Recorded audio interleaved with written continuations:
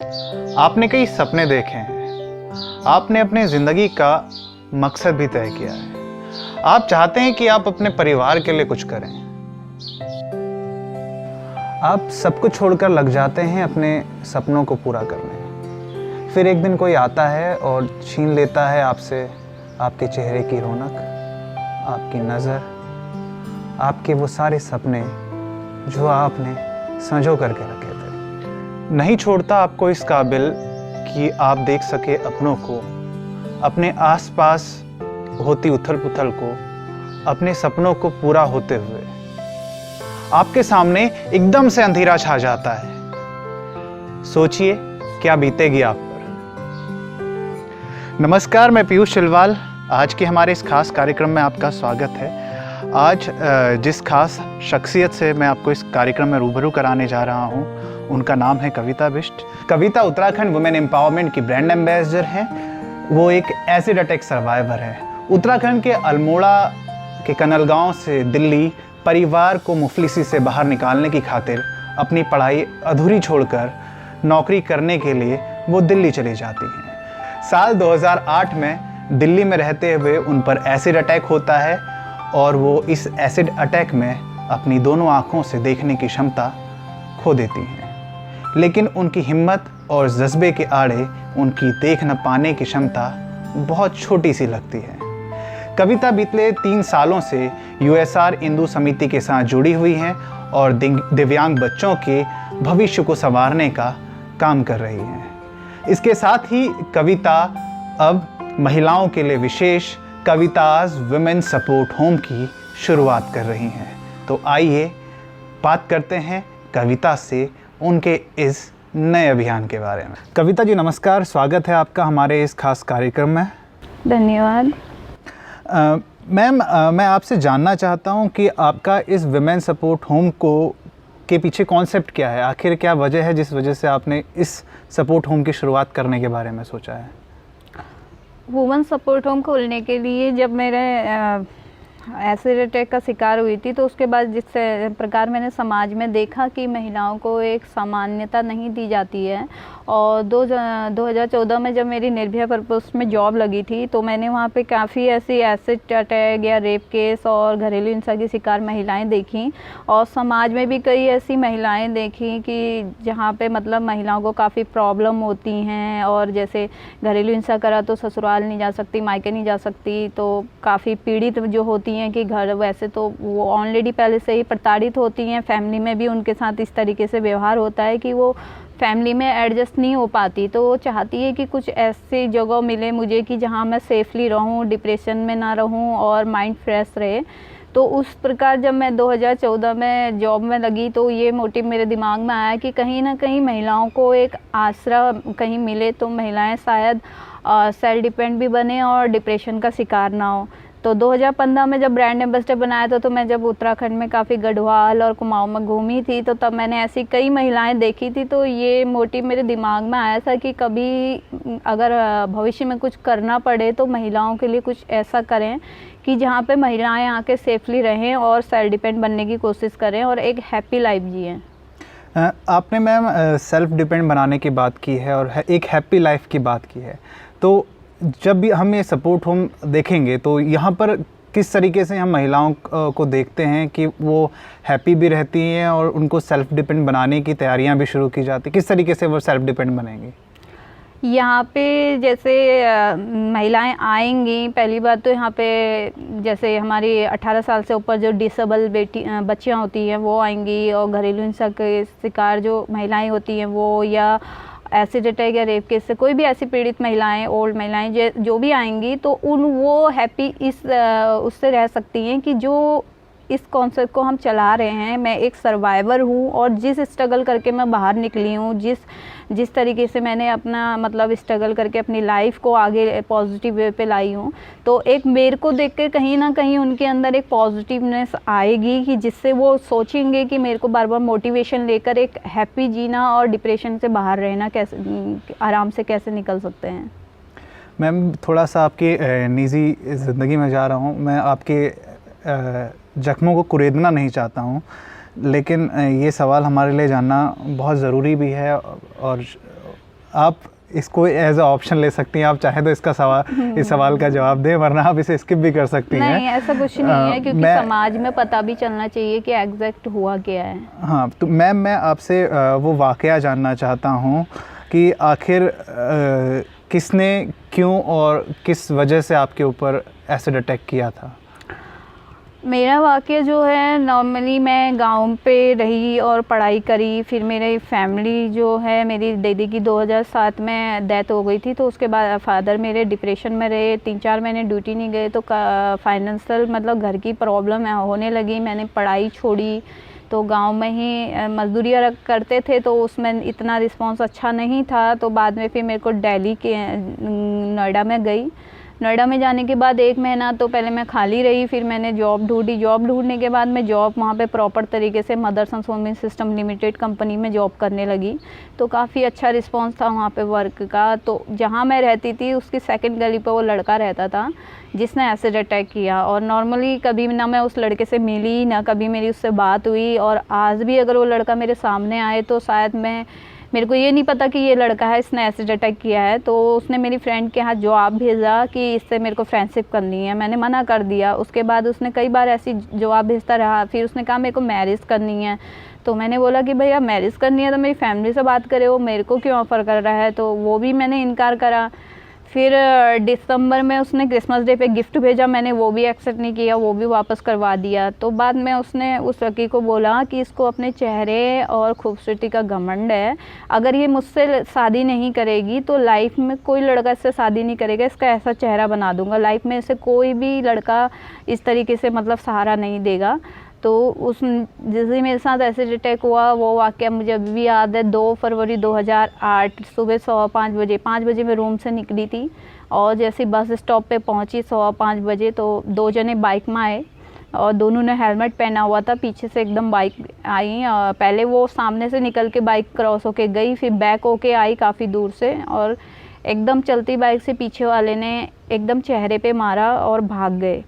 तब मेरे को पता भी नहीं था कि मेरे चेहरे पे एसिड डाल दिया है। मैंने सोचा किसी ने पानी डाल दिया है। और जब मेरे को 5 मिनट बाद जलन होने लगी और मैं एकदम चिल्लाने लगी कि बचाओ बचाओ करके, वहाँ पे जहाँ पे एग्जैक्ट ये केस हुआ था वहाँ पे काफ़ी लोग किराएदार भी रहते थे, रेंट पे रहते थे। तो इतनी चीख चिल्ला सुन के कोई नहीं आया। 2-3 गाड़ियाँ भी गुजरी मेरे बगल से, लेकिन कोई रोक के ये नहीं पूछा कि आखिर में हुआ क्या है। मैं ज़मीन पे लोड पोड़ ले रही थी। उसके पहले दिन बारिश हुई थी, वो वारदात अभी भी याद है कि मैं कीचड़ से सन चुकी थी और चेहरे पे हाथ रख के चिल्ला रही थी बचाओ बचाओ। किसी ने भी मतलब इस तरीके से सहारा नहीं दिया कि हुआ क्या। उसके कुछ देर बाद एक अंकल आए, वो पिथौरागढ़ के थे, वो कोई और कंपनी में जॉब करते थे। तो कभी कभी हम साथ साथ चलते थे और कभी आगे पीछे हो जाते थे। तो शायद उस दिन वो मेरे लिए ही पीछे होंगे।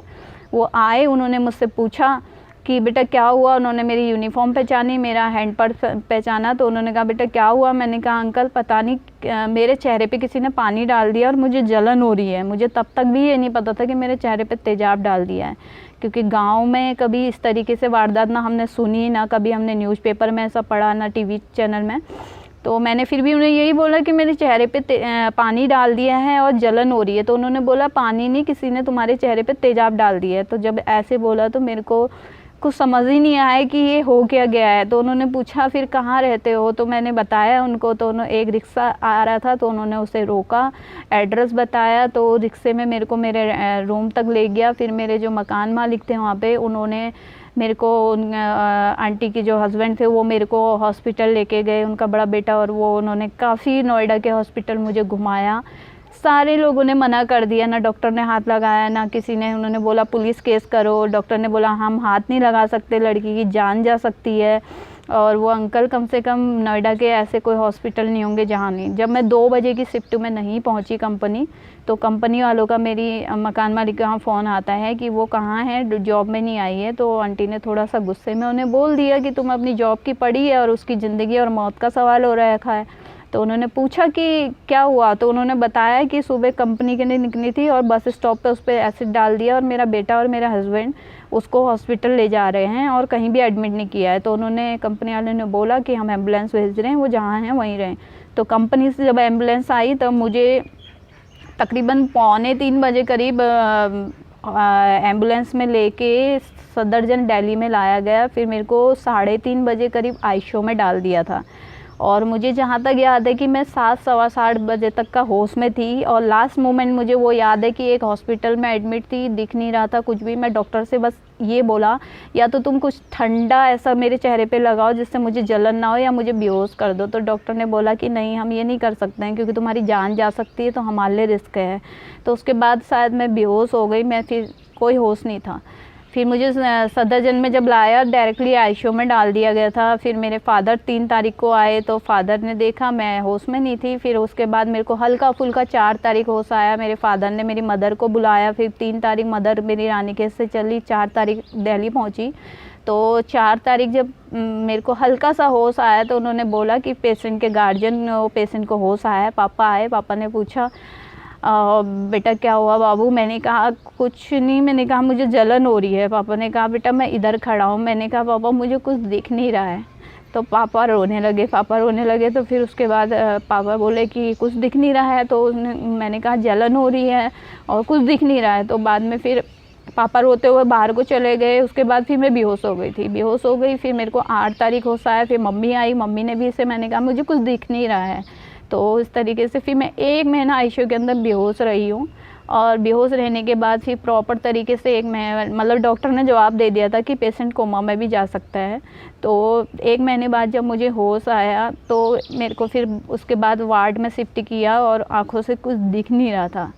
तो कहीं ना कहीं मतलब एक तरफा प्यार करके उसने ज़िंदगी ऐसी बर्बाद करी कि आज तक समझ में नहीं आया। क्या आपको कभी उस शख्स पर गुस्सा नहीं आता? अमूमन जब हम लोग देखते हैं कि ऐसा कोई हमारे साथ धोखा भी दे देता है हमको छोटा, तो हमें छोटा सा भी धोखा दे देता है तो हमें बड़ा गुस्सा आता है कि आपके साथ इतनी बड़ी वारदात हुई। क्या आपको गुस्सा नहीं आया कि आपकी कभी ऐसी इच्छा नहीं हुई कि आप भी जा कर के उससे बदला लें? गुस्सा तो बहुत आता है, बट उसने जो किया, लेकिन और जब गुस्सा आता है तो उस टाइम आपने आपको बी पॉजिटिव लिया कि नहीं, इसको जवाब दिखाना है। क्योंकि उसका मेरे को कहा हुआ एक वर्ड अभी भी याद है कि लाइफ में इससे ना कोई शादी करेगा और ना लाइफ में इसका कोई सहारा बनेगा, मैं इसकी ज़िंदगी ऐसे कर दूंगा। तो वो मोटिव को लेकर मैं खड़ी उठी कि मुझे इसको ऐसा करके दिखाना है कि इसने मुझे अपाहिज बनाना चाहा, बट मेरे को अपाहिज नहीं बनना है। और एक दिन अगर भविष्य में हुआ, अगर मेरी मैरिज हुई, तो मैं अपने हस्बैंड को लेके उसके सामने जाकर उसको ये चैलेंज करूँगी कि अब बता कि तेरा निर्णय क्या है।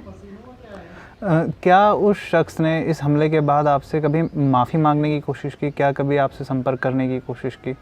नहीं। जिसे वो प्यार बोलता था, जिस प्यार में उसने तेजाब डाला, क्या कभी उसने कोशिश की कि क्या उसके मन में कभी गिल्ट रहा होगा? ऐसा लगता है आपको? एक्चुअल में वो प्यार नहीं था, वो एक तरफा प्यार, साइको प्यार बोलेंगे इसको। और वो था कि ये पहाड़ की लड़की आई है, इसको मैं फ्रेंडशिप के लिए बोलूं और उसके बाद इसकी मजबूरी का फ़ायदा उठाऊं, ये उसका मोटिव था। ये प्यार नहीं होता। जो प्यार करता है वो कभी अपने प्यार को इस तरीके की प्रताड़नाएं नहीं देता और ना उसका कभी बुरा सोचता है। अगर उसे दिल से प्यार होता तो मैंने अगर उसे फ्रेंडशिप या मैरिज के लिए मना कर दिया था तो वो मेरी ज़िंदगी यार आजीवन के लिए इस तरीके से नहीं बनाता कि जिससे मैं आज मतलब बिल्कुल असहाय हो चुकी हूँ।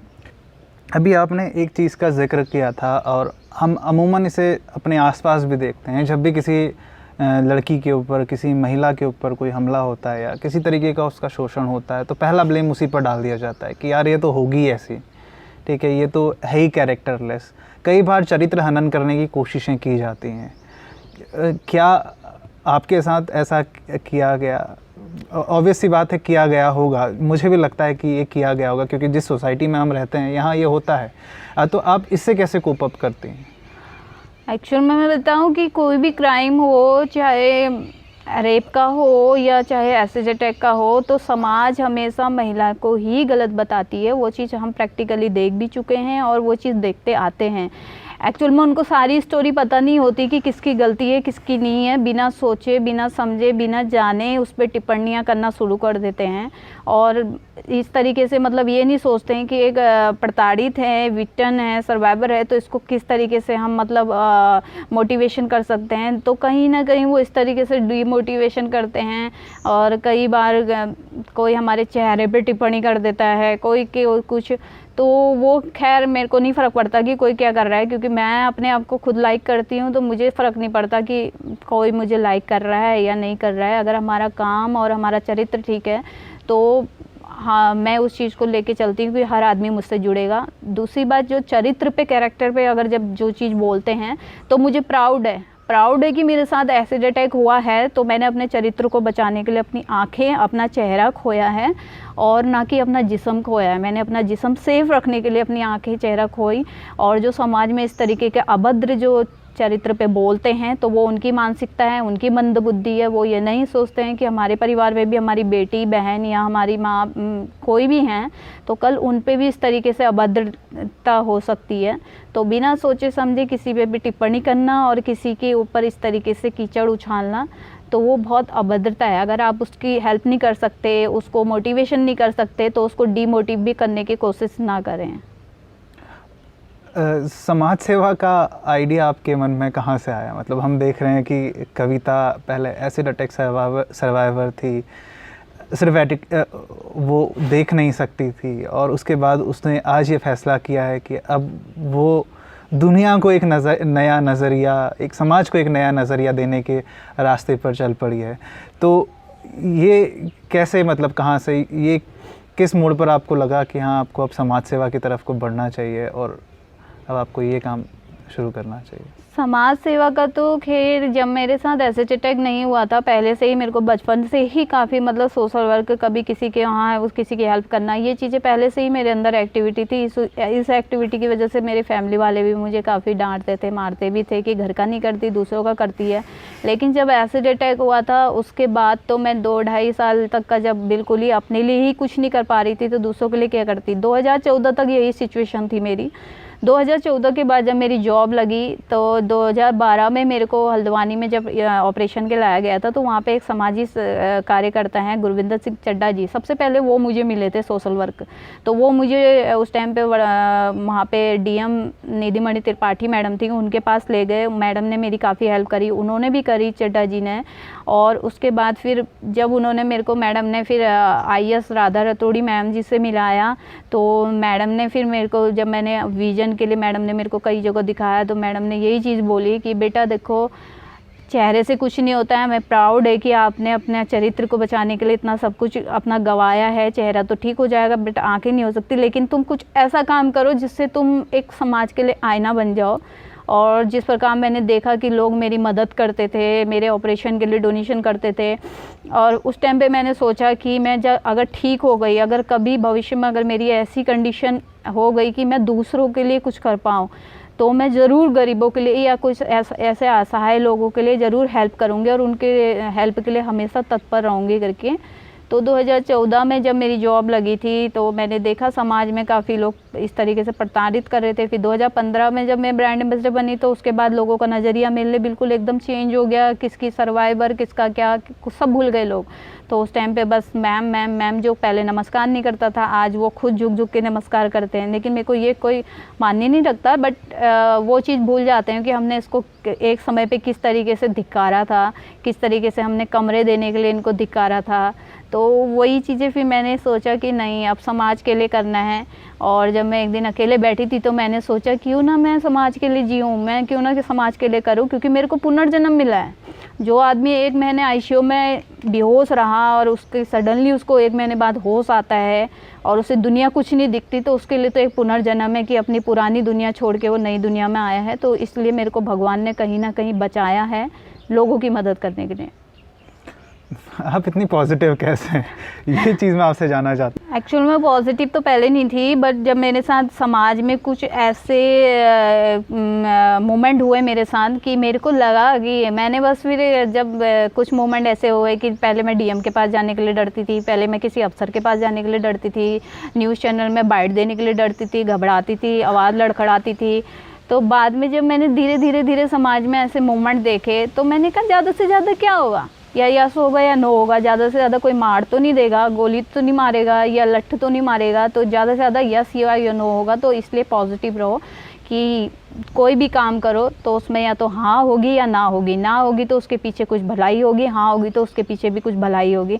तो हमेशा मैं अध्यात्म से जुड़ी हूँ, तो मैं भगवान का शुक्र करती हूँ कि सुबह शाम उठते समय भी और कोई भी काम मेरे साथ अच्छा बुरा होता है तो कि थैंक है कि उस भगवान का कि जो भी चीज़ हुई है मेरे साथ एक्टिविटियाँ, तो उसमें कहीं ना कहीं मेरे लिए पॉजिटिव है। और पॉजिटिव रहना मेरे लिए बहुत एक बड़ी बात है कि मैं पॉजिटिव रहूँगी तभी मैं दूसरों के लिए खड़ी उठ पाऊँगी। अगर मैं नेगेटिव रही तो शायद मैं किसी के लिए कुछ नहीं कर पाऊँगी।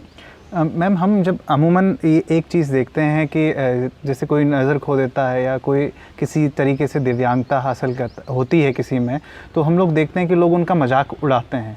क्या आपके साथ भी ऐसी कुछ घटनाएं हुई हैं? अगर हुई हैं तो हम चाहेंगे कि आप हमारे दर्शकों के साथ उन्हें साझा करें।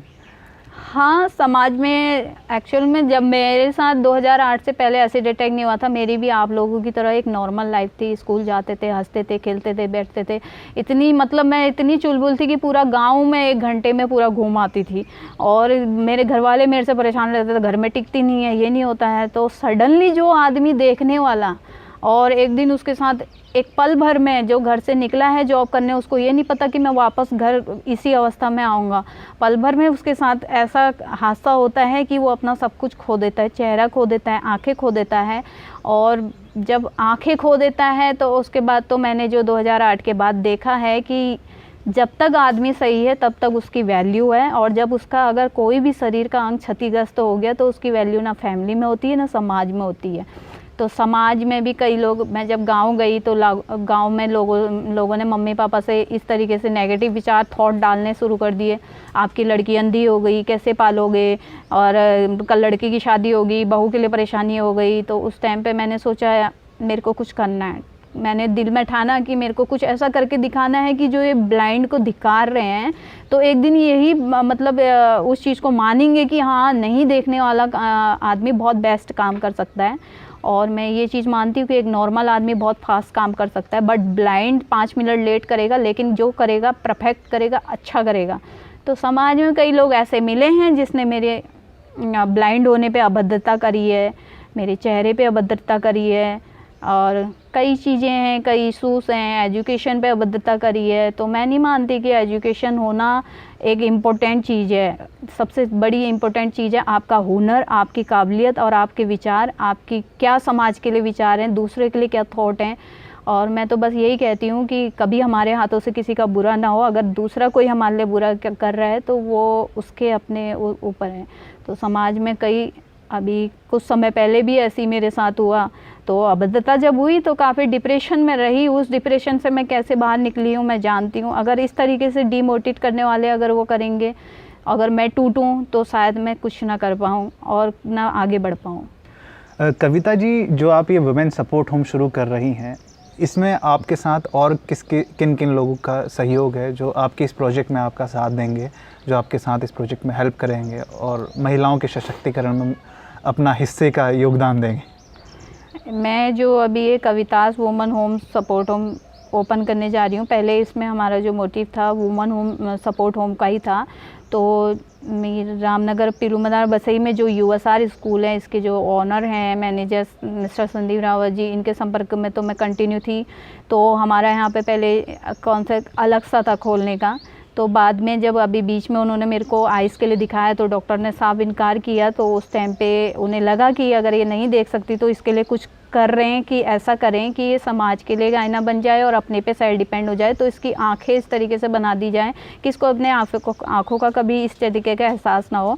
तो इसमें मेरे को सपोर्ट कर रहे हैं मिस्टर संदीप रावत जी और राज भट्ट जी हैं जो हमारे चंपावत से हैं, काफ़ी सोशल वर्क करते हैं, उन्होंने सिस्टर बना रखा है, काफ़ी मेरी हेल्प के लिए आगे आते हैं, उनका रोल है इसमें। मिस्टर जॉन का रोल है और समाज में पूरे लोगों का मतलब जो मेरे साथ जुड़े हुए हैं और पूरे यूएसआर की जो मेंबर हैं, इन यूएसआर हिंदू समिति के जितने भी स्टाफ मेंबर हैं, सबका मेरे पीछे मतलब एक रोल है कि सब लोग सपोर्ट कर रहे हैं, सब लोग जितने हद तक हो सकता है अपना अपना भागीदारी सब निभा रहे हैं।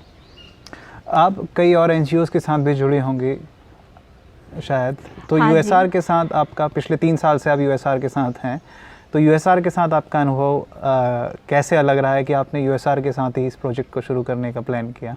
कई ऐसे संस्थाएं हैं जहां मैं गई भी हूं, रही भी हूं, और कई जगह मेरे को ऐसे मौके भी मिले कि आप आइए हमारे साथ वर्क करिए। कई लोगों ने इन्वॉल्व करना चाहा, लेकिन मैं नहीं हुई, क्योंकि इसलिए नहीं हुई कि कुछ दिन अब मैं एकदम किसी से इन्वॉल्व नहीं होती हूँ। पहले मैं अनुभव लेती हूँ कि सामने वाला किस तरीके का है, तो वही अनुभव लिए तो मुझे नहीं लगा कि मुझे इनके साथ जुड़ना चाहिए और मेरे को इनके साथ वर्क करने में एक अच्छा पॉजिटिव रिजल्ट मिलेगा। तो मेरे को जब यूएसआर हिंदू समिति, मेरे हॉस्टल में एक बच्चा रहता था, उसके फादर मिस्टर संदीप रावत जी के दोस्त थे, तो उन्होंने मुझे बोला कि आपको मैं आप ही के जैसे एक इंसान से मिलाता हूँ। तो उन्होंने मुझे इनसे संपर्क करवाया था, संदीप रावत सर से। तो मैंने जब सर से कांटेक्ट किया 3 साल पहले, तो सर ने बोला कि आइए यहाँ आओ, देखो और क्या है। तो मुझे एक्चुअल में रामनगर के डिसेबल स्कूल के बारे में बिल्कुल नहीं पता था मुझे। तो जब सर ने बताया कि हमारा इतना बड़ा इंस्टीट्यूट है, ये है, हम इस तरीके से बच्चों को करते हैं, तो मैं यहाँ पे फ़र्स्ट टाइम अपना बर्थडे सेलिब्रेट करने आई थी बच्चों के साथ। तो मैंने फ़र्स्ट टाइम बर्थडे सेलिब्रेट किया। फिर 1-2 बार मैं ऐसी आना जाना किया, ऐसी आई। और फिर मैं जब सर ने बताया कि इस तरीके से स्ट्रगल करके, तो मुझे लगा कि एक्चुअल में ये एक नेचुरली चीज़ है, मतलब नेचुरल यहाँ पे जो चीज़ हो रहा है सब हो रहा है। वहाँ पे स्टाफ देखा कि हर कोई दिल से वहाँ पे काम कर रहा है, बच्चों से हर किसी को इस तरीके का लगाव है, और एकदम मतलब नेचुरली सब लोग यहाँ पे जुड़े हैं, चाहे वो ऑनर है चाहे स्टाफ है। कविता जी, जिस तरीके से इस समय कोविड-19 कोरोना वायरस का पूरी दुनिया भर में प्रकोप है और हिंदुस्तान भी उससे अछूता नहीं है, तो कोरोना वायरस को ध्यान में रखते हुए आपकी क्या रणनीति है कि आप किस तरीके से इसको, और कब से आप विमेन सपोर्ट होम को शुरू करने जा रही हैं? अभी तो कोरोना वायरस जिस प्रकार चल रहा है पूरे हिंदुस्तान में, और अभी अपनी सेफ्टी है और समाज में सोशल में सेफ्टी है, और इस चीज़ को लॉकडाउन के बाद ही, अभी लॉकडाउन चल रहा है, तो अभी हमारे छोटे छोटे जो भी अपने पर्सनली वर्क हैं वो चीज़ें हम निपटा रहे हैं कि लॉकडाउन के बाद जो हैं हम जैसे ही शुरू करें इसमें, तो स्टार्टिंग सबसे पहले स्थायी महिलाओं से करने की सोची है कि पहले स्थायी महिलाओं को 6 से 8 महीने या साल भर स्थायी महिलाओं को सेल्फ डिपेंड बनाया जाए, और उनको यहाँ पे इस तरीके से ट्रेनिंग देकर उनको आत्मनिर्भर बनाया जाए। फिर जो अतिरिक्त बाहर से महिलाएं आएंगी तो उन लोगों के लिए फिर धीरे धीरे करके, क्योंकि अभी मैं एकदम से बाहर की महिलाओं को रखना भी मेरे लिए अभी टफ है। टफ इसलिए है क्योंकि लॉकडाउन की वजह से काफ़ी लोगों का नुकसान हो चुका है ऑलरेडी, जो अभी मेरे को डोनेशन वगैरह भी कहीं से अवेलेबल नहीं हो पाएगा, तो मेरे लिए काफ़ी दिक्कत का सामना उठेगा और उठाना पड़ेगा। तो इसलिए मैंने सोचा है कि स्थायी महिलाओं से ये शुरू किया जाए और उनको इस तरीके से यहाँ पे ट्रेनिंग देकर सेल्फ डिपेंड बनाया जाए। कविता जी, क्या कोई मैसेज जो आप हमारे दर्शकों को पहुंचाना चाहती हैं, इस वीडियो के जो भी व्यूअर्स होंगे उन तक आप पहुंचाना चाहती हैं? आपका कोई ऐसा एडवाइस या ऐसा कोई आइडिया जो आप डिलीवर करना चाहती हैं? हाँ, दर्शक जो भी हमें सुन रहे होंगे, और वो सबसे पहले तो मैं वो प्रताड़ित महिलाओं को मैसेज देना चाहूँगी कि अपने आप को कभी कम मत समझो, आप और लोगों से भी बेटर हैं। सबसे पहले अपने अंदर का हुनर पहचानो कि आपके अंदर हुनर क्या है और आप क्या कर सकते हैं। जिस दिन आपने अपना हुनर पहचान लिया और अंदर से आत्म दृढ़ होकर आपने अपनी शक्ति को जगाने की कोशिश करी, तो आप समाज में एक नॉर्मल व्यक्ति की तरफ फाइट कर सकते हैं। अगर जब तक आप अपने आप को प्रताड़ित समझकर घर के अंदर रहेंगे तो कुछ नहीं कर पाएंगे। तो आप लोगों को डिसीजन लेना है कि आपको क्या करना है, कि आपको आगे बढ़ना है या प्रताड़ित रह के खुद अपने आप को प्रताड़ित करके अपनी ही नज़रों में गिराना है। दूसरा, समाज के लिए मैं ये मैसेज देना चाहूँगी कि कभी भी अगर आपके आसपास या कोई भी आपके संपर्क में चलते फिरते या कैसे भी आपसे कोई भी इस तरीके से प्रताड़ित, चाहे वो वुमन हो या मैन हो, कोई भी हो, तो उन लोगों को अगर आप बेस्ट करके नहीं दे सकते हैं तो प्लीज़ आपसे मेरा हाथ जोड़ के निवेदन है कि उनको इस तरीके से अभद्रता ना करें या अभद्रता ना बोलें, ना उनको इस तरीके से अभद्रता व्यवहार करके फील कराएं कि वो एक डिसेबल हैं या एक असहाय हैं, और उनको इस तरीके से नीचा दिखाकर उनको डिमोटिव करने की कोशिश ना करें, क्योंकि उससे उसका एक मनोबल गिरता है। हर कोई मेरी तरह नहीं है कि लोगों ने काफ़ी मेरा मनोबल गिराना चाहा, लोगों ने काफ़ी मेरे ऊपर टिप्पणियां करी और मेरे अंधे होने पे भी करी, तो अंधा किसी को बोला जाए तो वो हर्ट होता है। तो वही चीज़ें मैं सारे दर्शकों से हाथ जोड़कर बोलती हूँ कि कोई भी इस तरीके से, अगर आप अच्छा नहीं कर सकते तो अभद्र ना बोलें ना अभद्र करें। अगर आप हेल्प करने को तैयार नहीं है, कोई बात नहीं। और जाते जाते मैं उन सभी लोगों को थैंक यू बोलना चाहूँगी जो पॉजिटिव लोग मेरे साथ जुड़कर मेरे को आज तक सपोर्ट कर रहे हैं। और सबसे ज़्यादा थैंक यू मैं उन नेगेटिव लोगों को बोलना चाहूँगी जिन लोगों ने नेगेटिव कमेंट या नेगेटिव थॉट देकर डिमोटिवेट कर आज मुझे इस मकाम तक पहुँचाया है। और आज मैं इस मकाम तक हूँ तो उन्हीं की बदौलत हूँ जिन लोगों ने मुझे नेगेटिव थॉट दिए, क्योंकि जब वो नेगेटिव थॉट देते हैं तो उस टाइम अंदर से एक आत्मविश्वास अलग से जागता है। उसे मैं चैलेंज समझकर एक्सेप्ट करती हूँ कि हाँ, तुमने मेरे को अगर अन्ना बोला तो मैं ये नहीं हूँ, मैं आपसे बेटर कर सकती हूँ। अगर मैं पढ़ी लिखी नहीं हूँ तो आपसे बेटर कर सकती हूँ। अगर मैं दिखने में अच्छी नहीं हूँ कोई बात नहीं, मैं बेटर कर सकती हूँ। तो उस चीज़ को मैंने हमेशा पॉजिटिव लेकर आगे बढ़ी हूँ। तो इसीलिए उनको स्पेशली मैं बहुत धन्यवाद बोलूँगी कि उनके नेगेटिव थॉट से मैं आज जिस मकाम में पहुँची हूँ उन्हीं की बदौलत पहुँची हूँ। शायद मेरे साथ पॉजिटिव होता रहता तो मैं आज इस मकाम तक नहीं पहुँची होती, घर पे बैठी होती, आराम से अपना जीवन यापन कर रही होती। जब नेगेटिव थॉट मिले तभी मैंने संघर्ष करना स्टार्ट किया और अभी भी आगे कर रहे हैं। आगे जाके कई नेगेटिव मिलेंगे तो देखिए कहाँ तक मंजिल जाकर रुकती है। अगर आप सभी लोगों का साथ रहेगा तो शायद बेस्ट ही कर पाएंगे। बहुत बहुत धन्यवाद कविता जी हमें अपना कीमती वक्त देने के लिए। और अब आप लोगों से एक अपील है कि अगर आप पूरा इंटरव्यू देख चुके हैं तो इस इंटरव्यू को शेयर ज़रूर करें। और अगर हाँ आप यूट्यूब पर हमें देख रहे हैं तो हमारा चैनल सब्सक्राइब करें। फेसबुक पर अगर आप हमें देख रहे हैं तो हमारा पेज ज़रूर लाइक करें। धन्यवाद। जय हिंद, जय भारत।